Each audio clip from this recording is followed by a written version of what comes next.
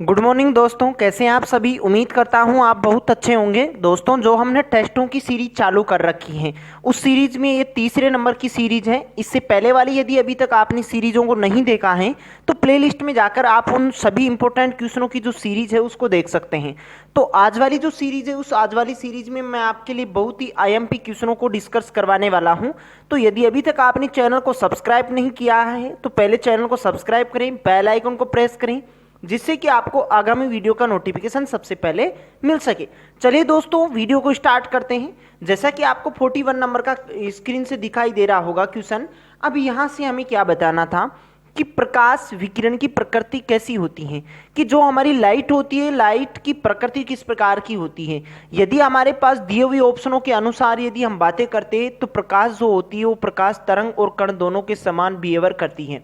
ऐसा हमने theory section में सीखा था कि प्रकाश तरंग के रूप में भी गमन करता है और प्रकाश कण के रूप में भी गमन करता है, और इसी गुण के कारण प्रकाश को दोहली प्रकृति का कहा जाता है, क्योंकि ये डबल गुण रखता है, तरंग का गुण भी रखता है और किसका, कण का गुण भी रखता है। तो यहां से आप सही उत्तर को जान पाए होंगे। चलिए नेक्स्ट अगले क्वेश्चन की ओर बढ़ते हैं।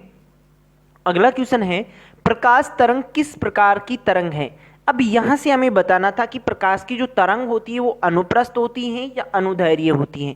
यदि हम तरंगों को देखें तो तरंग दो प्रकार की होती हैं। एक तो होती है यांत्रिक तरंग, एक तो कौन सी होती है, यांत्रिक, और दूसरी होती है अयांत्रिक। कौन सी होती है, यांत्रिक और अयांत्रिक। यांत्रिक तरंगों को क्या कहते हैं, विद्युत चुंबकीय तरंगे भी कहते हैं। तो यहां से यदि हम देखते हैं तो जो लाइट होती है वो लाइट किस प्रकार की तरंग होती है, अयांत्रिक। लेकिन यांत्रिक तरंग भी दो प्रकार की होती है, एक तो होती है अनुप्रस्थ और एक होती है अनुदैर्घ्य। जो हमारी ध्वनि होती है वो ध्वनि एक प्रकार की अनुदैर्घ्य होती है, जबकि लाइट जो होती है वो लाइट एक प्रकार की अनुप्रस्थ तरंग होती है। तो यहां से आप क्या बताते हैं कि लाइट किस प्रकार की तरंग है, लाइट एक प्रकार की अनुप्रस्थ तरंग है। और ध्वनि के बारे में यदि आपको पूछा जाता है तो ध्वनि एक प्रकार की अनुदैर्घ्य तरंगें होती हैं, और जो लाइट होती है, लाइट एक प्रकार की अनुप्रस्थ तरंग होती है जो निर्वात में गमन करती है। तो आप यहां से सही उत्तर को जान पाए होंगे। अगले क्वेश्चन की ओर बढ़ते हैं। अगला क्वेश्चन है कि श्वेत प्रकाश का हम अपने विभिन्न रंगों में अलग होने की क्रिया को क्या कहते हैं। कि जब हम किसी प्रिज्म में से श्वेत प्रकाश को गुजारते हैं तो श्वेत प्रकाश को गुजारने के पश्चात वो अलग अलग 7 कलरों में डिवाइड हो जाता है, जिसे क्या कहते हैं, जिसे कहते हैं वर्ण विक्षेपण। क्या कहते हैं, वर्ण विक्षेपण। और वर्ण विक्षेपण का उदाहरण क्या होता है, इंद्रधनुष का बनना। और इंद्रधनुष में हमें कितने कलर दिखाई देते हैं, 7 कलर दिखाई देते हैं।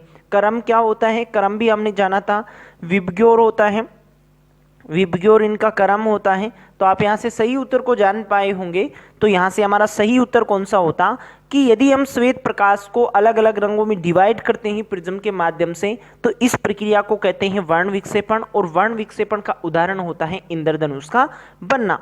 चलिए अगले क्वेश्चन की ओर बढ़ते हैं। अगला क्वेश्चन है, प्राथमिक रंग क्या होते हैं, या प्राथमिक रंगों की यदि आपको संख्या पूछे तो प्राथमिक रंगों की टोटल संख्या कितनी होती है, 3। अब यहां से हमें बताना था कि प्राथमिक रंग किसे कहते हैं।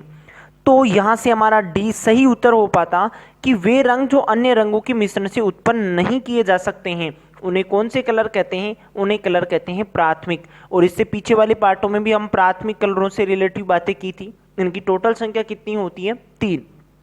और कौन कौन से होते हैं, लाल, नीला और हरा इनका क्रम होता है। चलिए नेक्स्ट अगला क्वेश्चन है, चटका हुआ कांच चटकीला प्रतीत होता है क्यों।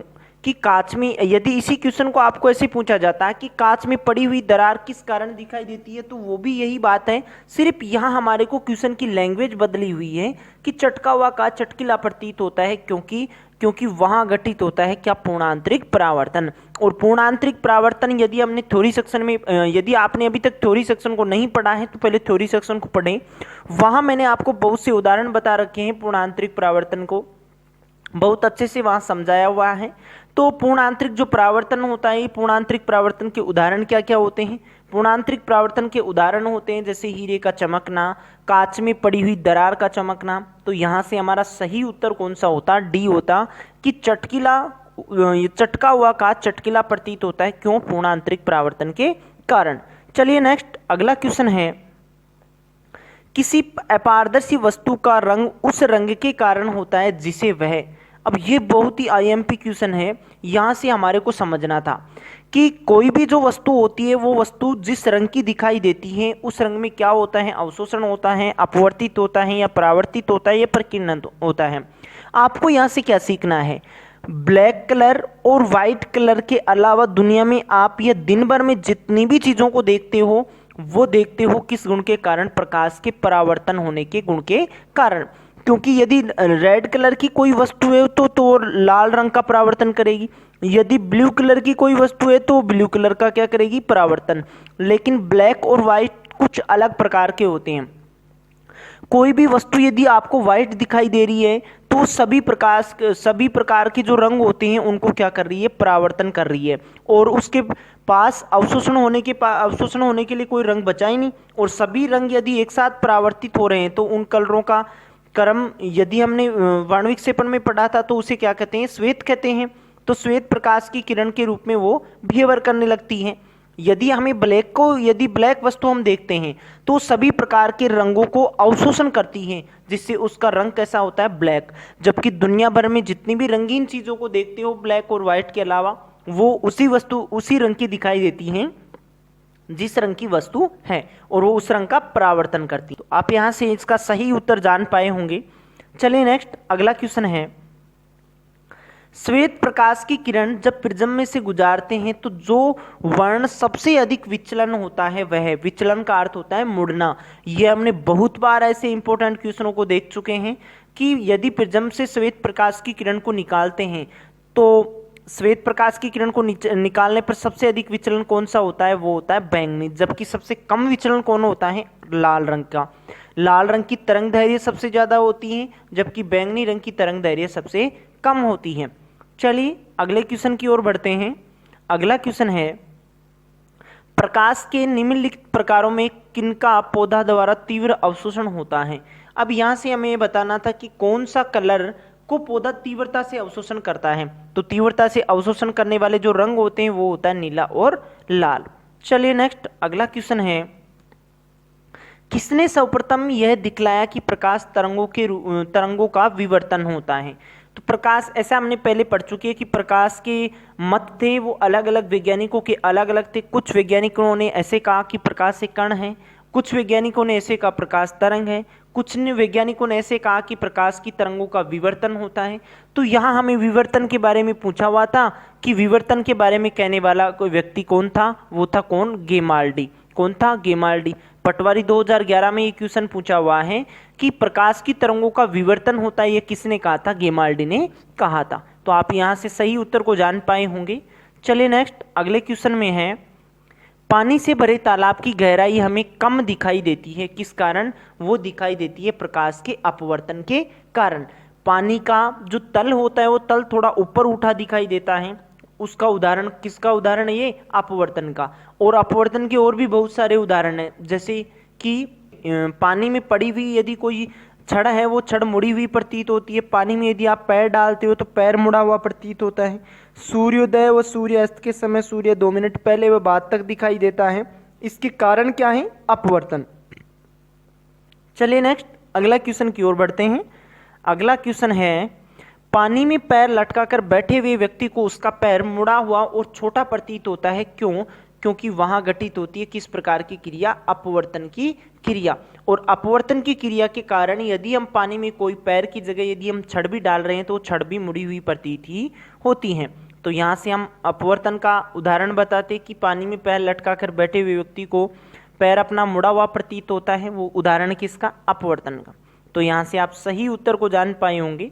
नेक्स्ट अगला क्वेश्चन है, पूर्णांतरिक परावर्तन होता है जब प्रकाश जाता है।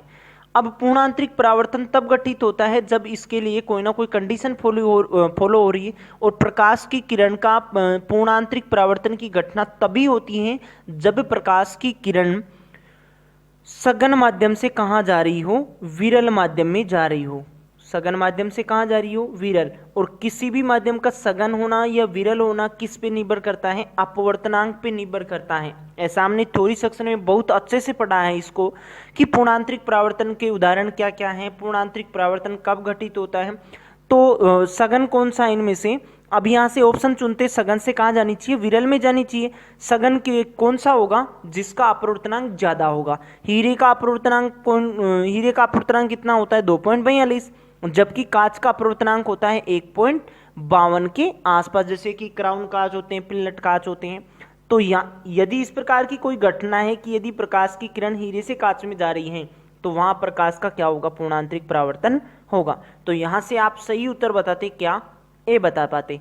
चलिए नेक्स्ट अगला क्वेश्चन है, निर्वात में प्रकाश की चाल कितनी होती है। निर्वात में प्रकाश की चाल होती है, अब जैसे कि हमें यहाँ इकाई को भी नोट करना था कि इनकी इकाई क्या है। सभी की इकाई यदि मीटर प्रति सेकंड है तो निर्वात में प्रकाश की चाल होती है कितनी, 3 × 10⁸ मीटर प्रति सेकंड होती है।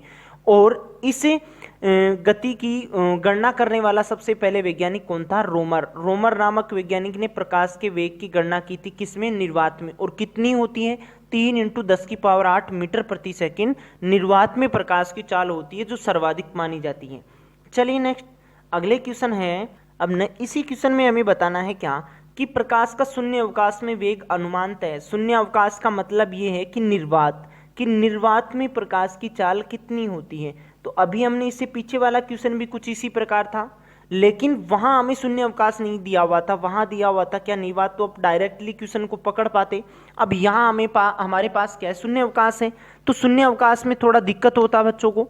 तो यहाँ से निर्वात में प्रकाश की चाल बता पाते कितनी होती है, 3 × 10⁸ मीटर प्रति सेकंड। अब यहाँ आपको किलोमीटर में यदि इकाई देके पूछता है तो किलोमीटर में इसकी इकाई होती है, किलोमीटर इकाई में इसकी चाल होती है कितनी, 3 × 10⁵ किलोमीटर प्रति सेकंड होती है। तो इस प्रकार आप सही उत्तर को जान पाए होंगे। तो यहाँ से सही उत्तर कौन सा होता, बी होता। चलिए नेक्स्ट अगले क्वेश्चन की ओर बढ़ते हैं। 55 नंबर का क्वेश्चन है, प्रकाश का वेग अधिकतम होता है। प्रकाश का वेग अधिकतम कहाँ होता है, निर्वात में ही होता है। और निर्वात में प्रकाश का वेग कितना होता है, 3 × 10⁸ मीटर प्रति सेकंड होता है। तो आप यहाँ से सही उत्तर को बता पाते कितना, निर्वात में यदि प्रकाश की चाल पूछे तो आप ये बता सकते हो। और निर्वात में ही प्रकाश की चाल सबसे ज्यादा होती है।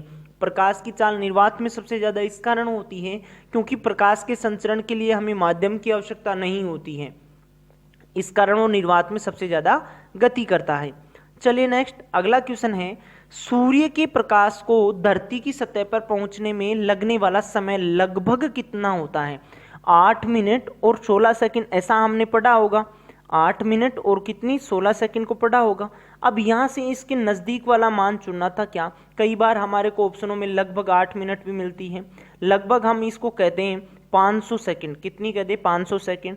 तो यहाँ से हमारा सही उत्तर होता कौन सा, सी होता, कि सूर्य के प्रकाश को धरती की सतह पर पहुंचने में लगने वाला समय कितना होता है, 8.16 सेकंड। और यदि आपको सेकंडों में पूछा जाता है तो सेकंडों में लगभग आप 500 सेकंड बता सकते हैं। चलिए नेक्स्ट अगला क्वेश्चन है, अंतरिक्ष यात्री को आकाश कैसा दिखाई देता है। अंतरिक्ष यात्री को आकाश दिखाई देता है हमेशा कैसा, काला दिखाई देता है। ये बहुत बार एग्जाम में पूछा जा चुका है कि अंतरिक्ष यात्री को आकाश कैसा दिखाई देता है, काला दिखाई देता है। चलिए नेक्स्ट अगला क्वेश्चन है, आकाश नीला दिखाई देता है किस गुण के कारण। प्रकाश का कौन सा ऐसा गुण होता है जिसके कारण आकाश नीला दिखाई देता है। आकाश का नीला दिखाई देने का कारण होता है क्या, प्रकीर्णन। कौन सा गुण होता है, प्रकीर्णन के कारण हमें आकाश नीला दिखाई देता है। तो यहां से आप सही उत्तर को जान पाए होंगे। अगले क्वेश्चन की ओर बढ़ते हैं। अगला क्वेश्चन है, इंद्रधनुष के रंगों का सही क्रम है। अब इंद्रधनुष के रंगों का सही क्रम बताते। हमने वर्ण विक्षेपण में पढ़ा था कि इंद्रधनुष में रंगों का क्रम क्या होता है, VI BG Y O और R होता है। अब यहां से हमें क्रम चुनना था। ब्लू नीला है, नीले के बाद क्या आना चाहिए, ग्रीन आना चाहिए, हरा सही है। बैंगनी वोयलेट, ये तो गलत हो रहा है। पहले वाला ऑप्शन क्या है, गलत हो रहा है। बी ऑप्शन के पास चलते, बी ऑप्शन में क्या है, बैंगनी है। फिर क्या है, हरा है। इंडिगो भी नहीं है हमारे पास, ब्लू भी नहीं है, ग्रीन है, हरा है, सही है। फिर क्या है, नीला है। ब्लू वापस बैक साइड में आ रहा है तो ये भी गलत है। अगला क्वेश्चन, नीला, ब्लू नीला, पीला, येलो, सही है ये भी। और ग्रीन वापस बैक साइड में जा रहा है तो ये भी इसका क्या होता, गलत होता। यहां से हमें क्रम चुनना था कि कौन सा क्रम सही लगा हुआ है। नीला तो पहले तो क्या आ रहा है, ब्लू आ रहा है, फिर क्या है, ग्रीन हरा आ रहा है, फिर क्या आ रहा है, येलो आ रहा है। तो इसका सही उत्तर कौन सा होता, डी होता। तो आप यहाँ से जान पाए होंगे सही उत्तर को। यदि इंद्रधनुष में रंगों का क्रम पूछता है आपको तो ये वाला बताना है आपको, और इंद्रधनुष में सबसे नीचे के कलर के बारे में पूछता है तो वॉयलेट बताना है, और सबसे ऊपर वाले रंग के बारे में पूछा जाता है तो वो कौन सा होता है, लाल रंग का होता है। चलिए नेक्स्ट, इस सीरीज का लास्ट क्वेश्चन है, धूप से बचने के लिए छत्तों में रंग संयोजन निम्न में से कौन सा उचित है? कौन सा उचित है? ऊपर उजला होना चाहिए और नीचे कैसा होना चाहिए, काला होना चाहिए। ये हमारा सही उत्तर है, क्योंकि सफ़ेद जो कलर होता है वो सफ़ेद कलर सभी प्रकार के जो रंग होते हैं उस पर उनको सभी को क्या कर देता है, परावर्तित कर देता है, जिसके कारण उसके पास ऊष्मा कम होती है। और यदि काला रंग होता है, ये काला रंग सभी प्रकार का जो प्रकाश होता है उसको एब्जॉर्ब करता है, अवशोषण करता है, जिसके कारण उसमें गर्मी ज़्यादा होती है। इसके कारण नीचे क्या होना चाहिए, काला, और ऊपर कैसा होना चाहिए, लगभग सफ़ेद, ऊपर उजला होना। तो आज वाला क्वेश्चन टेस्ट पेपर आप समझ पाए होंगे दोस्तों। यदि अभी तक हमारे टेलीग्राम चैनल को आपने ज्वाइन नहीं किया है तो आप टेलीग्राम चैनल को भी ज्वाइन कर सकते हैं, और हमारा टेलीग्राम चैनल का लिंक है डिस्क्रिप्शन बॉक्स में दिया हुआ है, या आप सर्च कर सकते हैं RD मैथ चार्जर। तो आप इस प्रकार के बहुत से इंपॉर्टेंट क्वेश्चनों को मैं आपके लिए आगे और लेके आने वाला हूं। तो अब हम किसी नेक्स्ट वीडियो में फिर से मुलाकात करने वाले हैं, तब तक के लिए धन्यवाद।